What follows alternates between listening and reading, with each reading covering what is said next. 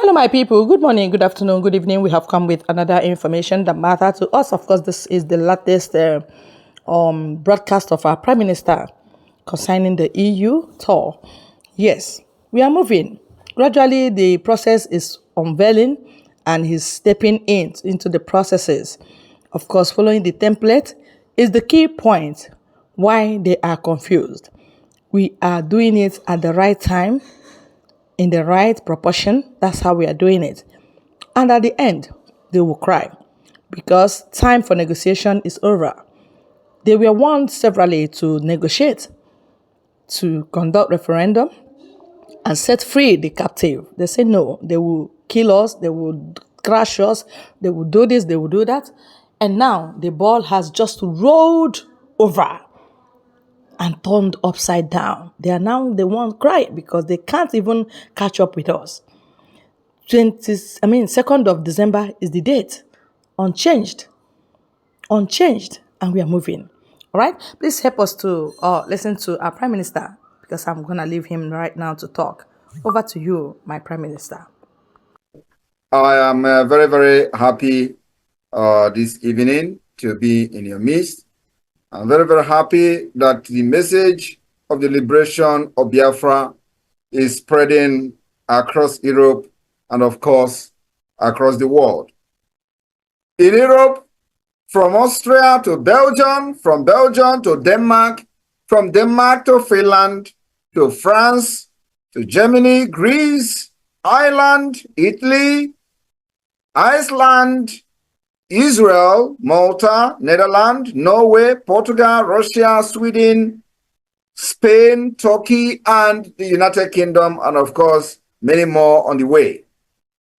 We are spreading like wildfire. My fellow Biafrans, it is no longer a news that the Biafra that we have all craved for many years is happening not just in our lifetime, but you are part and parcel of the liberation of Biafra, and you are part of the history. You are not going to be told the story. You are not going to be hearing the story from somewhere. It's just that you are part and parcel of this history I'm making today. And so if you find yourself in this particular midst of these history makers, you must be very, very proud. You should be proud and clap for yourself, because when every other person were very skeptical, always suspicious of Simon Ekpa, always finding fault on other people except themselves, you stood up, picked up the courage, and trusted me. And this is where we are today. So you don't know what you have done to yourself, but in the next 10 years, you will know that the decision you've made in 2021 or 22, or whenever you join, or 23, was actually the right decision that is shaping the history and the future of Biafra. When we started, Mazi Nnamdi Kanu was kidnapped and extraordinary rendition to Nigeria from Kenya. I told Biafrans that Nigeria has made the worst mistake in the history of Nigeria. And then nobody knew what was actually coming. We started to pick the broken particles one after the other. We picked the particles they broke after the kidnapping from Kenya. We were bringing them together to form what you see today happening. How many of you have watched most of these sci-fi movies where like the movie of Schwarzenegger or so, where the iron machine will be melting, and when you shoot at the machine, the policeman, the man will scatter, the gun will scatter the man, and then you need to come together, after melting, and then come back to life. That was actually what had happened in the Biafra struggle. When Mazi Nnamdi Kanu was kidnapped, the Nigeria government was bragging, and they were making press release, press conference, how Biafra has been crushed. I was watching and observing. And of course, because the people that we are dealing with, both in Nigeria and those that were in IPOB in Nigeria, many of them were demons. I mean, demons is really demons. They started to go and do consultations to find out who Simon Ekpa is. And each time they make consultation, they always tell them, that guy is real. He's real. You need to stop him. You will need to stop him. And that was how the attack against me started. And the only reason was to stop somebody who is actually genuine, because they were never genuine. So I promised Biafrans that we are going to bring our freedom from diaspora. Many people still did not understand. Even many of you today who are here did not understand what I meant by that. That we will bring our freedom from diaspora.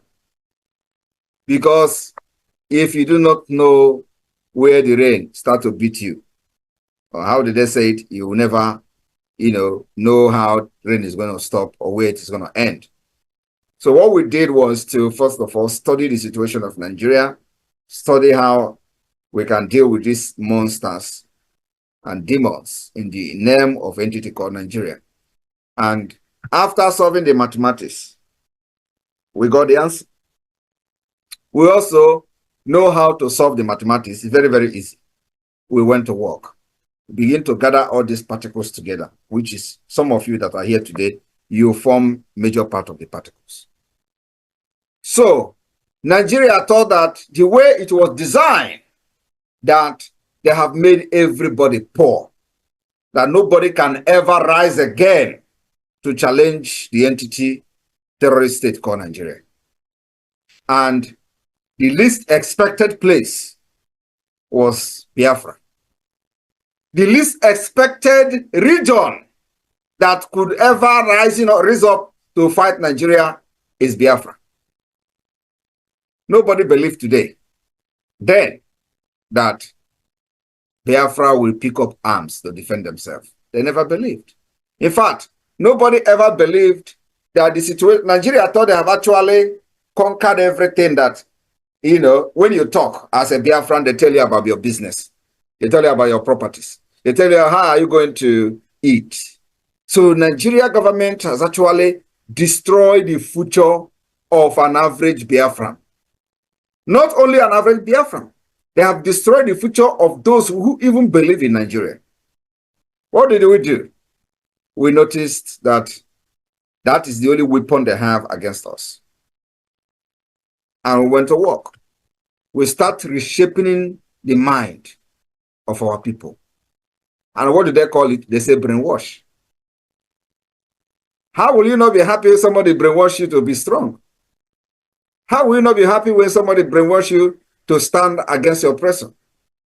Everybody will be very happy with that kind of brainwashing. But the elite, those enablers, are never happy with the way that every Biafran has actually waken up. The same people who, during the COVID-19, they gathered all the palliative and locked it up. Another region was enjoying palliative from the government, but none, not even one bag of rice were shared to the Biafra people. In fact, the minister, a woman that was in charge of the palliative then, even openly in public, said that the Biafra people will never receive any palliative. It is on record and the videos are there. That there are people are living abroad. And so they receive money from their relatives. But not everybody in Biafra land have relatives abroad. But that was the conclusion of a Nigeria state over a people that they have refused to let go. So, after all this, everybody will relax. Nigeria succeeded in making sure that something happened today is just 1 week. Everybody will forget about it. And they wanted to do it to Kanu after they kidnapped him. They wanted to make sure that, nobody talked about him. So after I studied this thing, I said, what we are going to do is to make sure that the kidnap of Kanu will make sure that those who kidnap him will never, ever live to tell the story. We started by making sure that those who were bragging about the kidnap of Mazi Nnamdi Kanu and how the Biafra movement have ended will be put to shame. We said that the kidnap is going to be very expensive. We started from there. Today, it is very, very expensive. Today, the kidnap of Mazi Nnamdi Kanu has become the most expensive commodity, the most expensive movement, the most expensive project that Nigeria has ever embarked on. It has cost everything that Nigeria never expected. I didn't going to end there. I also promised Nigeria that the kidnap of Mazi Nnamdi Kanu will facilitate the Biafra to emerge as a nation. They thought it was a joke. So we used that kidnapping to become what we are today. That is the reason why Biafra is flying all over the world. And let me also tell you, I am aware that they have actually concluded to grant Mazi Nnamdi Kanu bail this month. We welcome that. Go and mark my word. We welcome that. I just want to put it on notice to every Biafran. We have two goals. One is to release Mazi Nnamdi Kanu by the activities of the Biafra government. Two is the Biafra freedom and the Biafra independence. That is the main goal. It was the reason Mazi Nnamdi Kanu was kidnapped. And so, after they have released him this month, we will go to the next stage. But I'm not going to talk yet until this bail is granted. I am also aware that I have even planned that the people that are going to come as a shortee after the bail has been granted this month will all be Northerners. I know that maybe after this now they're going to change it, but I don't want to talk much, so that not to, influence anything. But we are very, very much aware of what has been agreed on, and we are going to be waiting very patiently for that. So Biafra must be on standby. Once he is released, one of our objectives has been achieved. And then we go to the next one. And I believe you know what it means. So my fellow Biafran, today we have decided that the delegitimization of the Nigeria terrorist state within Biafra land will be taken to the next level. And that's why today we are locking down the Nigeria institutions in Biafra land, because it is this institution that generate money, they generate fund to fund the terrorism against our people. So we are fighting the source of the income of Nigeria. Not only that, if we are now an independent state, we are going to place sanctions on Nigeria. We impose economic sanction. And because we are not yet an independent state, we have to now figure out how to navigate this particular complex situation. Now we have navigated it. We have figured out how to impose the sanctions on Nigeria within Biafra land. And that sanction is the lockdown of every Nigeria institution for 30 days. Today is the 5th day.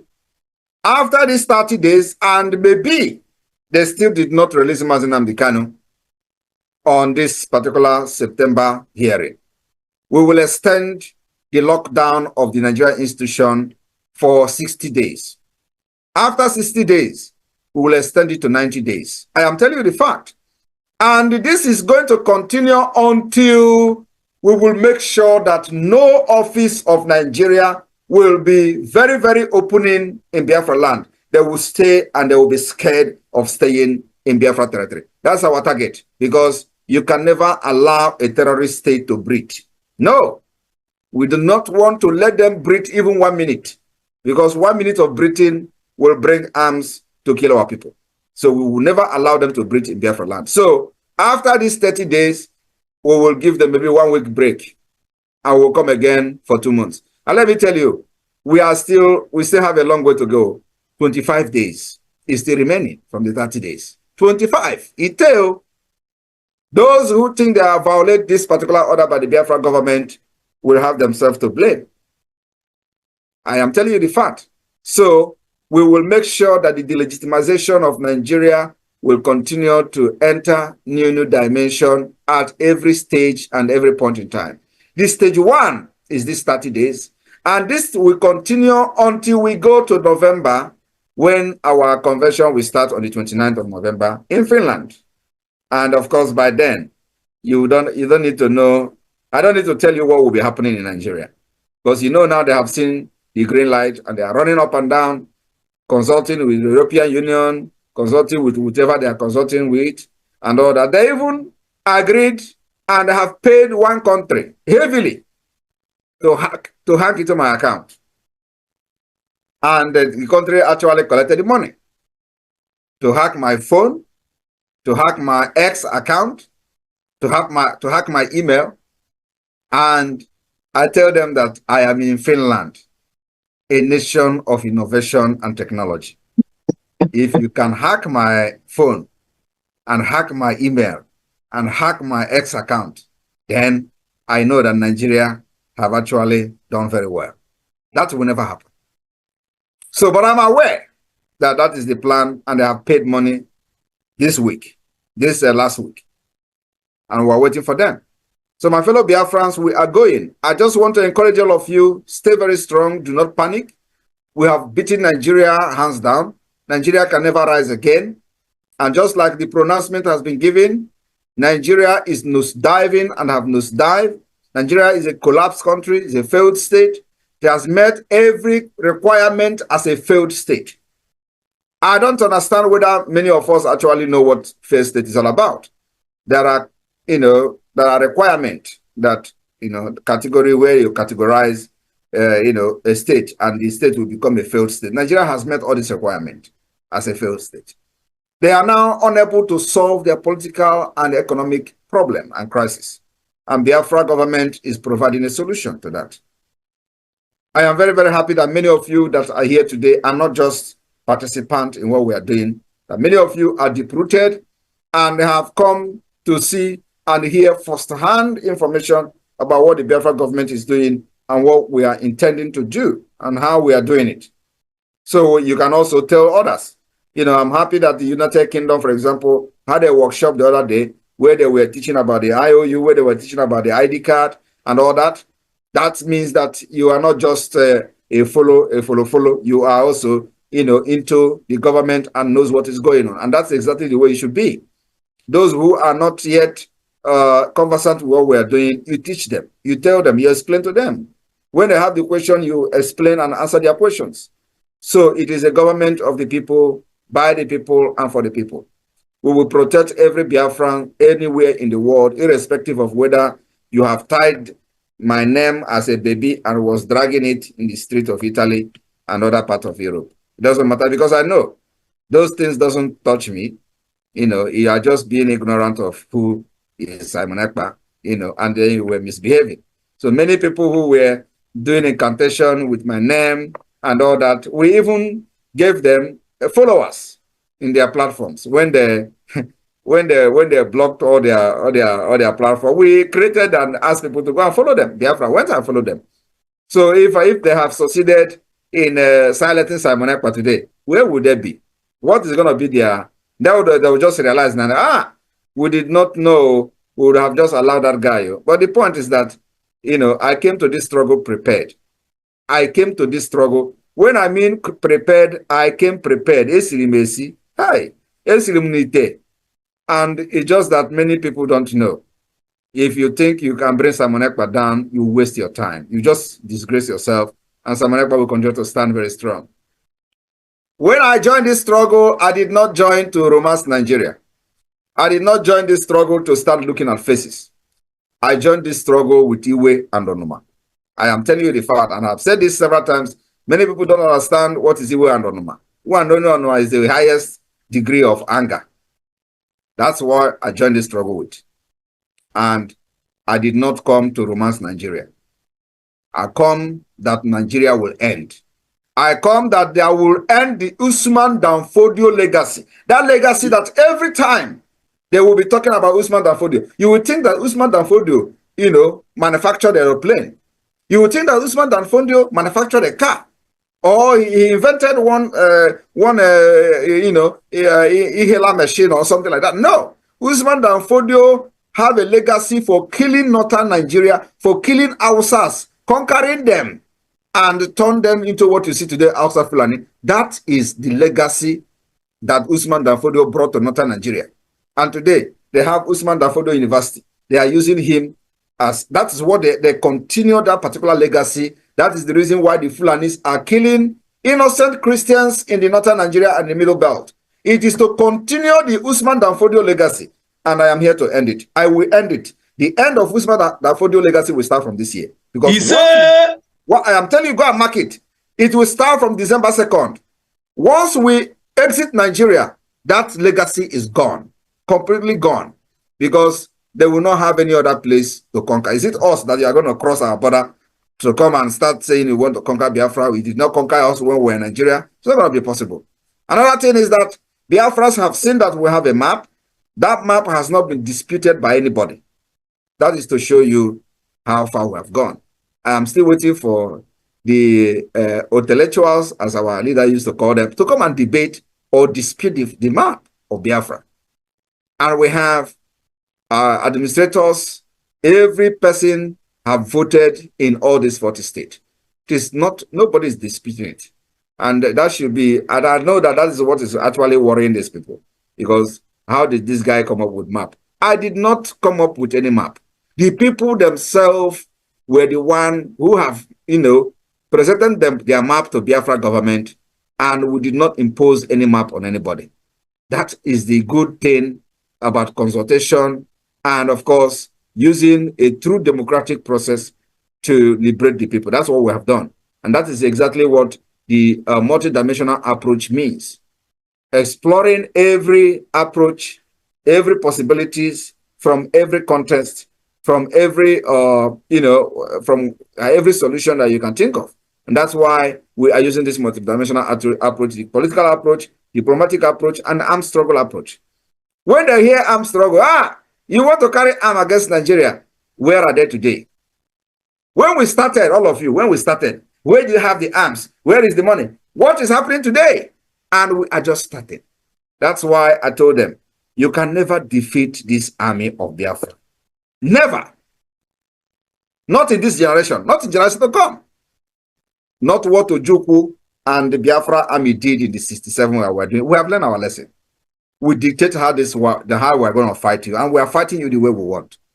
And there is nothing you can do to change the tactics of this fight. That is one thing I trust about the Biafra Defense Forces. Well grounded in what we are doing. When instruction is given, they know exactly what to do. So you can never defeat us this time around. We will fight you until, even if it is one person that is remaining, not from the Biafra side, though, because we can never remain. It can never go bad that we are going to fight until we remain one. Never.